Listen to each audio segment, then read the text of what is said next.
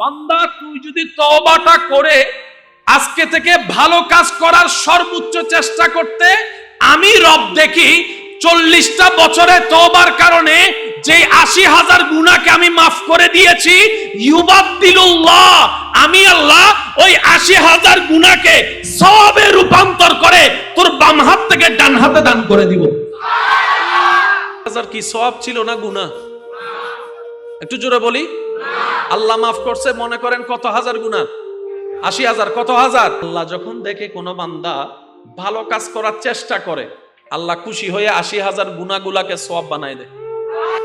এবার আপনি না কইরাই 80,000 সওয়াব পেয়ে গেলেন। আমার মনে হয় আওয়াজটা আর একটু বড় হবে। কোন প্রকার পরিশ্রম করা ছাড়াই রব বলে যে আমার বান্দা লসে কেমনে থাকে? আমি রবের বান্দা, মালিকের বান্দা তো লসে থাকতে পারে না। রবের বান্দা যারা, তারা মনে রাখবেন দিনে রাতে 24 ঘন্টায় লাভে লাভ, কবরও তাদের লাভ, হাসরও তাদের লাভ। বলেন সুবহান। রবের বান্দার কোনো লস? জোরে বলেন না, রবের বান্দার কোনো লস? আচ্ছা, এই জায়গায় যদি আগুন লাগাই দেয়, লাভ না লস? বলেন না ভাইয়া। শেষ ভালো যার সব ভালো তার একটু জোরে বলেন, এই জায়গায় যদি আগুন লাগাই দেয়, লাভ না লস? লস। কাউকে যদি আগুনে ফেলে দেয়, লাভ না লস? লস। কিন্তু ইব্রাহিম নবীকে যখন আগুনে ফেলছে, লাভ হয় নাই। আর একটু জোরে। হুজুর আসছেন? আল্লাহু আকবার। যিনি আপনার প্রত্যেকটা মিনিটে সেকেন্ডে যত্ন নিচ্ছেন, ওই রব্বুল আলামিন বলছেন কুরআনুল কারীমে, মা গাররাকা বিরাব্বিকাল কারীম, মা গাররাকা বিরাব্বিকাল কারীম। ও আমার বান্দা, বানাইলাম আমি তোকে, চোখ দিলাম দেখার জন্য আমি, শোনার জন্য কানটা আমি দিলাম, চলার জন্য পা দুইটা আমি রবে দিয়েছি। সুবহানাল্লাহ। তোর কাজের জন্য হাত আমি দিয়েছি, আঙ্গুলগুলা আমি দিয়েছি ধরার জন্য। ও আমার বান্দা, তোর শরীরের বাহিরে যা, আমার দেওয়া, ভিতরে যা, আমার দেওয়া, তোর ডানে যা, আমার দেওয়া, বামে যা, আমার, আমি রবের দয়া। সুবহানাল্লাহ। তোর ঘুমাতে যাওয়াটা আমি রবের দয়া। হঠাৎ করে কোন কারণ ছাড়াই তুই ঘুমাই গিয়েছিস, সকালে উঠে দেখছিস চোখ খুলে ফজর হয়ে গিয়েছে, 3-4 ঘন্টা নয় 8-9 ঘন্টা যে পার হয়ে গিয়েছি, তুই বুঝতে পারিস নাই, এটাও আমি রবের দয়া। তোর ঘুমটাও আমার দয়া, তোর ঘুম থেকে উঠা আমার দয়া, তোর নাস্তা আমার দয়া, তোর ভোগ গিলা আমার দয়া, পেটে যাওয়া আমি রবের দয়া, তোর খাবার হজম হওয়া আমি রবের দয়া। সুবহানাল্লাহ। বান্দারে, তোর আপ টু বটম 24টা ঘন্টার প্রত্যেকটা সেকেন্ড আমি রবই তোকে দয়া করি। মা গাররাকা। কেমনে পারলি এত বড় একজন দয়ালকে ভুলে যেতে? তুই কিভাবে পারলি এত বড় একজন রহমান দয়াময়, তোর সবচাইতে যত্ন নেওয়ালা আল্লাহকে ভুলে গিয়ে তুই নামাজের ডাকটা, আজানে শুনো সারা। মুয়াজ্জিন তো নিজের পক্ষ থেকে নাম ধরে ডাকে নাই, মুয়াজ্জিন তো জবান দিয়ে আমি আল্লাহর নামটাই তোকে শুনিয়েছে, আল্লাহু আকবার বলে। মুয়াজ্জিন বলে আমি ডাকছি না, ইমাম ডাকছে না। ওই রবের ডাকে সাড়া দাও, যে রব তোমাকে সৃষ্টি করেছে, যে রবের ইশারায় হায়াত হয়, যে রবের ইশারায় তোমার মৃত্যু হবে, যে রবের দিকে ইন্না লিল্লাহি ওয়া ইন্না ইলাইহি রাজিউন, যে রবের দিকে তোমার ফিরতে হবে। কিভাবে বান্দা তুমি পারো সে রবের নাম ডাক শুনে হাজিরা না দিতে? রব বলে মা গাররাকা বিরাব্বিকাল কারীম, মা গাররাকা বিরাব্বিকাল কারীম, বারবার করে বলে মা গাররাকা বিরাব্বিকাল কারীম। দয়া করি আমি, তুই স্মরণ করস অন্যকে, যত্ন নি আমি, তুই মনোযোগ দেশ অন্যর দিকে, তোকে মাফ করে দিই আমি, তুই চোখের পানি ফেলাস অন্যজনের জন্য, তোর খাবার ব্যবস্থা করে দিই আমি রব, তুই থ্যাংক ইউ দিচ্ছিস আরেকজনকে। ও বান্দারে, আজ তুই বুঝবি না, কাল তো তুই বুঝবি না, পরশুদিন তুই বুঝবি না, এর পরের দিনে তুই বুঝবি না, একদিন মনে রাখবি মৃত্যু তোকে পাকড়াও করবে, আজরাইল তোর থেকে জান বের করে নিবে, তোকে তোর এলাকাবাসী আত্মীয় স্বজনই তোকে যাবে, সেদিন তোর রূহ চিৎকার করে বলে আফসোস করবে, তোর আত্মীয় স্বজনই তোকে মাটি খুঁড়ে কবরের মধ্যে রেখে দিবে, তারাই তোর কবরের উপর মাটি চাপা দিবে। মনে রাখবি বাধ্য হয়েও একদিন আমি রবের কাছে তোকে আসতেই হবে, রবের বিচারের কাঠগড়ায় তোকে দাঁড়াতে হবে। রব বলে, বান্দারে, সেই কঠিন দিন আসার আগেই নিজেকে একটু কন্ট্রোল করে আমি রবের হয়ে যা। যদি তুই আমার রবের হয়ে যাস, তুই যদি আমি রবের হয়ে যাস, আমার প্রিয় হয়ে যাস, আমি আল্লাহ দুনিয়াও তোর জন্য নিয়ামত করে দিব, পরকালও তোর জন্য সুন্দর করে দিব। সুবহানাল্লাহ। মনে থাকবে আজকে থেকে আলহামদুলিল্লাহ শব্দটা থাকবে ইনশাআল্লাহ। আরেকটা অনুরোধ করব, যদি আপনারা অনুমতি দেন, নামাজ যখনই শেষ করবেন, নামাজ শেষ করার পরে তেমন তার কোনো কাজ থাকে, যায় নামাজে হোক মসজিদে হোক, কোনো কিছু করা ছাড়া, নামাজ তো শেষ, কোনো কিছু করা ছাড়া ডাইরেক্ট রবের দরবারে হাত দুইটা উল্টায় একটা সিজদা দিবেন। আমি বুঝাতে পারছি না মনে কথাটা। নামাজের সিজদা দিতে হবে এমন কোনো কথা না, আমি দিই, আমার ভালো লাগে, আমি সেটা আপনাদের সাথে শেয়ার করছি। কখনো যদি সময় পান, যাই নামাজে মসজিদে শুধু রবকে খুশি করার জন্য একটা সিজদা দিবেন, হাত দুইটা ভিক্ষার মতো তুলে, আর ওই সিজদায় শুধু আলহামদুলিল্লাহ বলতে থাকবেন। আর একটু জোরে, কারণ এই জন্মের আগ থেকে এখন পর্যন্ত যত নিয়ামত আল্লাহ দান করছে সবকিছু শুকরিয়া কি আদায় করতে পারছি আমরা? অন্তত প্রত্যেক ওয়াক্তের নামাজের মধ্যে মন থেকে একটা সিজদা দেওয়ার চেষ্টা করেন, যে সিজদা দেওয়ার আগে আপনার মন থাকবে, মওলা গোলাম হাজির হয়েছি তোমার দয়া পাওয়ার জন্য। সুবহানাল্লাহ। মওলা তুমি নাও নিয়ামত দান করেছো, শুকরিয়া আদায় করতে পারি নাই অবহেলার কারণে, ওই শুকরিয়া আদায় করতে এসেছি। সুবহানাল্লাহ। তুমি যা নিয়ামত দিয়েছো, সুবহানাল্লাহ। ভালো লাগলে দিতে থাকবেন, আর ভালো না লাগলে দেওয়ার দরকার নেই। আমি দিই শান্তি পাই, আজকে আপনাদের সাথে শেয়ার করলাম। আল্লাহ আমাদের সবাইকে রবের দরবারে সর্বদা নত থাকার তৌফিক দান করুন। রবের দরবারে যে ভিক্ষুক হয়, পৃথিবীতে তাই বাদশাহ হয়।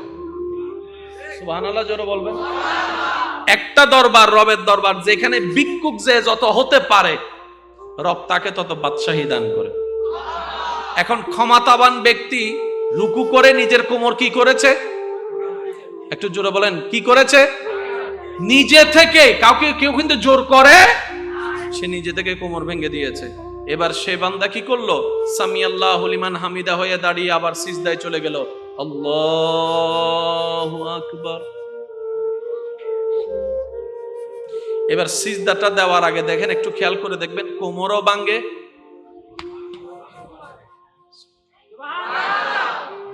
যদি আমি বুঝাতে আপনাদেরকে একটু সক্ষম হই, কোমরও ভাঙে, হাতও ভাঙে, কোমরও ভাঙে, হাঁটুও ভাঙে, হাতও ভাঙে, মাটিতেও লেগে যায়, কপালও লাগে, নাকও লাগে। দৃশ্যটা একটু কল্পনা করেন। এক শক্তি কোথায়, আরেক শক্তি কোথায়, আরেক শক্তি কোথায়? সবকিছুকে বিলীন করে মানব দেহের সবচাইতে দামি জায়গা মাথা, মাথার ভিতরে সবচাইতে দামি জায়গা কপাল। বান্দার নিজের ইচ্ছায়, সজ্ঞানে, স্বইচ্ছায়, কোন প্রকার প্রেসার ছাড়া কোমরও ভেঙে দেয়, হাঁটুও ভেঙে দেয়, হাতও ভেঙে দেয়, কপালও ঝুঁকাই দেয়, নাকও লাগাই দেয়। আল্লাহু আকবার। মাটিতে সিলিন্ডার, কপাল মাটিতে, নাক মাটিতে, মাথা ঝুঁকেছে। রব দেখে জিজ্ঞেস করে, ও ফেরেশতা, এই বান্দা না ওই বান্দা যার সামনে সবাই হাত বেঁধে দাঁড়ায় থাকে? আমার বান্দাটা না ওই বান্দা যে ঘরে আসলে কেউ কথা বলতে পারে না? আমার বান্দাটা না ওই বান্দা যাকে আমি 1000 কোটি টাকার মালিক করে দিয়েছি? আমার বান্দা না ওই বান্দা যে ভুল হলো নিজের কথাকে রাখার জন্য একগুয়ামি করে জিততে চায়, ঝগড়া করে? রব বলে যে আমার বান্দা যেহেতু আমার দরবারে স্ব ইচ্ছায় ঝুঁকেছে, আমি রব তাকে দুনিয়াবি কাজে, দুনিয়াবি বিষয়ে আর কারো সামনে ঝুঁকতে দিব না, মাথা নত করতে দিব না। আমার বান্দার যে কোনো বিপদ আপদ মুসিবতে আমি আল্লাহ এমন ভাবে সাপোর্ট দিব, কারো কাছে যেন তার মাথা নত করতে না হয়। সুবহানাল্লাহ। সেজন্য কথায় আছে, যে মাথা রবের দরবারে ঝুঁকে সেই মাথাকে রব কখনো দুনিয়াবি কারণে কারো কাছে যুক্তে। আল্লাহ পাক আমাদেরকে এই নিয়ামত অর্জন করার তৌফিক দান করুন। আরেকটু জোরে বলি, আল্লাহ তাআলা আমাদেরকে রব্বুল আলামিনের খাস খাস নিয়ামত অর্জন করার তৌফিক দান করুন। দ্বিতীয় নম্বর কথা, বেশি বেশি ইস্তেগফার করা। কি বললাম? বেশি বেশি ফাকুল তুস্তাগফিরু রাব্বাকুম। বেশি বেশি যে বান্দা রবের কাছে ইস্তেগফার করে, ক্ষমা চায়, সারেন্ডার করে, রব্বুল আলামিন তার জন্য দয়াকে আরো বেশি উন্মুক্ত করে দেয়। বিপদে পড়বেন, মুসিবতে পড়বেন, ইস্তেগফার বাড়াই দেন। ইস্তেগফার করা মানে রবের দরবারে সারেন্ডার করব। যাতে আপনাদের মনে থাকে, আসামিকে যদি পুলিশ অ্যারেস্ট করে তার সাজা একরকম, আর আসামি যদি ভুল করে নিজে থেকে সারেন্ডার হয় তার সাজা কিন্তু একটু জোরে বলেন না। যদি আসামি অপরাধ করে নিজে থেকে সারেন্ডার হয় সাজা কম, আর যদি পুলিশ তাকে ধরে, জোরে বলেন, আর যদি সে পালাতে যাইয়া ধরা খায়, আর যদি সে অনেক দিন আত্মগোপন করে থাকে, এটা হচ্ছে আইনের বিচার। বাবা কোনো কথা বললেন না, একদম নীরবে একটা আমরা শোনার চেষ্টা করব। একবার দরুদ শরীফ পড়েন, আল্লাহুম্মা সাল্লি আলা মাওলানা মুহাম্মদ ওয়া আলা আলি মাওলানা আল্লাহুম্মা সাল্লি আলা মাওলানা মুহাম্মদ ওয়া আলা আলি। ইয়ুম দুগি দেবতান্ন টেলাটেলি, এখানে টেলাটেলি সারা যাতে ভাই মনমান কুলি হতা হইতাম চাইছি, ওনারা দিবেন না, এই সাইডের গুণ দিব, আর গুণ হত জোর বিরিয়ানি তখন তারা আরা চাইবি। একবার বলেন মারহাবা, আরো জোরে বলেন মারহাবা। আল্লাহ আমাদেরকে আমল করার তৌফিক দান। শুনেন, পৃথিবীর অপরাধী যখন আত্মসমর্পণ করে সাজা আছে, একটু হলেও বলেন, একটু হলেও পুরস্কারের কোন নাম নিশানা। কিন্তু রবের দরবার এমন মহান দরবার, 40টা বছর যদি গুনাহ করার পরও আপনি যদি 40 বছর পরে অনুভব করে রবের দরবারে তওবা করে বলেন, ইয়া রব যা করেছি ভুল করেছি, তুমি রহমান, তুমি রহিম, তোমার নবীর সদকায় মাফ করে দাও, আপনার রব এমন দয়াবান, আপনাকে শুধু যে মাফ করবে তা নয়, আপনাকে আবার পুরস্কারও দান করবে। এটা হলো রবের দরবার। যদি কোরআনটা আমরা একটু বুঝার চেষ্টা করি, সুবহানাল্লাহ, আর একটু জোরে বলি না সুবহানাল্লাহ। আসুন জিনিসটাকে আমরা একটু বুঝার চেষ্টা করি। জান্নাতে যেতে গেলে সওয়াবের দরকার আছে না নাই? সওয়াব কামাতে গেলে হায়াতের দরকার আছে না নাই? এখন আমাদের বেশিরভাগ হায়াতে কি সওয়াব বেশি না গুনাহ বেশি? গুনাহ বেশি হলে কি জান্নাতে যাওয়া যায় না জাহান্নামে? এখন আমরা যে পরিমাণ গুনাহ করছি অতীত থেকে পাল্টাতেও পারবো না, জাহান্নাম ছাড়া দ্বিতীয় কোনো উপায় আমার নাই। আপনারটা আমি জানি না ভাই, আমার জীবনে সওয়াবের চাইতে একটু গুনাহটা বেশি। আপনাদের কি অবস্থা? সওয়াব বেশি না গুনাহ বেশি? এবার গুনাহ মাফ করতে পারবে কে? এবার আপনি আমি কি করলাম? রবের দরবারে নিজে থেকে সারেন্ডার হলাম। একটা হচ্ছে অ্যারেস্ট আর একটা হচ্ছে সারেন্ডার। কয়টা শব্দ বলেছি? অ্যারেস্ট কোনটা জানেন? যেদিন আপনি তওবা করার আগে আজরাইল এসে অ্যারেস্ট করে ফেলবে, তাহলে খবর আছে।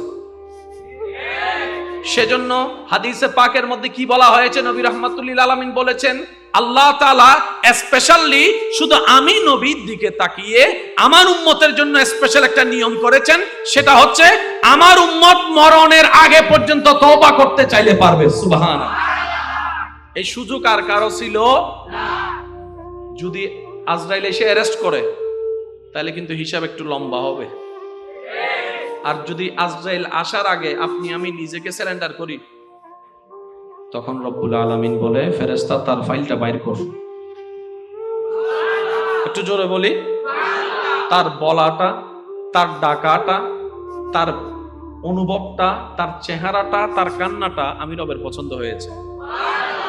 আমি গাফফার, আমি মালিক, খুশি হয়ে তার গুনাহ সব মাফ করে দিলাম। যা, এবার 40 বছরের গুনাহ কি হয়ে গেল? একটু জোরে বলেন, 40 বছরের গুনাহ কি হয়ে গেল?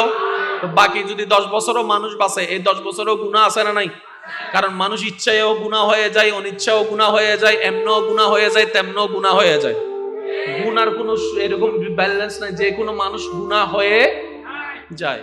এবার বান্দা বলে যে আল্লাহ, জান্নাতে যেতে গেলে তো আমার যে পরিমাণ সওয়াবের দরকার, এই পরিমাণ সওয়াব করার টাইমও নাই, যোগ্যতাও নাই, আমি কি জান্নাত পাবো না? রব বলে যে আমার বান্দা যদি হয়, সে আবার জান্নাত পাবে না কেন? সে আবার জান্নাত পাবে না কেন? সুবহানাল্লাহ। তখন বান্দা বলে, আল্লাহ তুমি তো সিস্টেম করেছো, নেকির পাল্লা ভারী হলে তারপরে না জান্নাত। আমি তো যে আমার জীবন কর্ম আমি তো ভালো করে জানি, আমি একটা ভালো কাজ করলে 10টা ভুল কাজ করে বসে থাকি, একটা সওয়াবের কাজ করলে 10টা গুনার কাজ করে বসে থাকি। তোমার খুশির জন্য, তোমার দয়া পাওয়ার জন্য, সওয়াব পাওয়ার জন্য কাউকে যদি একবার উপকার করি, শয়তানের প্ররোচনায় পড়ে আজীবন তাকে খোঁটা দিতে দিতে আমার জীবন চলে যায়। মওলা আমি তো জানি আমি যে কত বড় খারাপ, আমি তো জান্নাত পাওয়ার যোগ্যতা রাখি না, কিন্তু হ্যাঁ আমি যখন আমার দিকে তাকাই আমি জান্নাতের আশা করি না, আমি যখন আমার কর্মের দিকে তাকাই জান্নাতের স্বপ্ন দেখি না, কিন্তু আমি যখন তোমার রহমতের দিকে তাকাই তখন আমার মন বড় হয়ে যায়, আমার স্বপ্ন বড় হয়ে যায়, আমার আশা বড় হয়ে যায়, আমার রহমান তো আছে। বলেন সুবহান আল্লাহু আকবার। रहमान या रहीम या सत्तार या गफ्फार या रहमान या रहीम या सत्तार या गफ्फार। সবাই কি আওয়াজে রবের নাম या रहमान या रहीम या सत्तार या हो पालनहार मेरा कर दो बेड़ा पार या रहमान या रहीम या सत्तार या गफ्फार। কয় বছর শেষ? মাশাআল্লাহ, কয় বছর শেষ? পিছনে যাওয়ার সুযোগ বাকি আছে, সামনে কয় বছর? এই বছর 10 বছরের ভিতর মন না চাইলেও গুনাহ আছে না নাই? জান্নাতে যাওয়ার জন্য যদি 40,000 সওয়াব দরকার, 40,000 সওয়াব কামানোর মতো টাইম, সুযোগ, আমল, যোগ্যতা। এবার বান্দা রবের দরবারে সারেন্ডার হয়ে বলে, মওলা আমি না পারবো না, তুমি চাইলে তো। বান্দা বলে যে আল্লাহ আছে তো, মনে প্রাণে দৃঢ় বিশ্বাস, আমার রব চাইলে দিনকে রাত, রাতকে দিন, সেকেন্ডের আগেও বানাই দিতে পারে।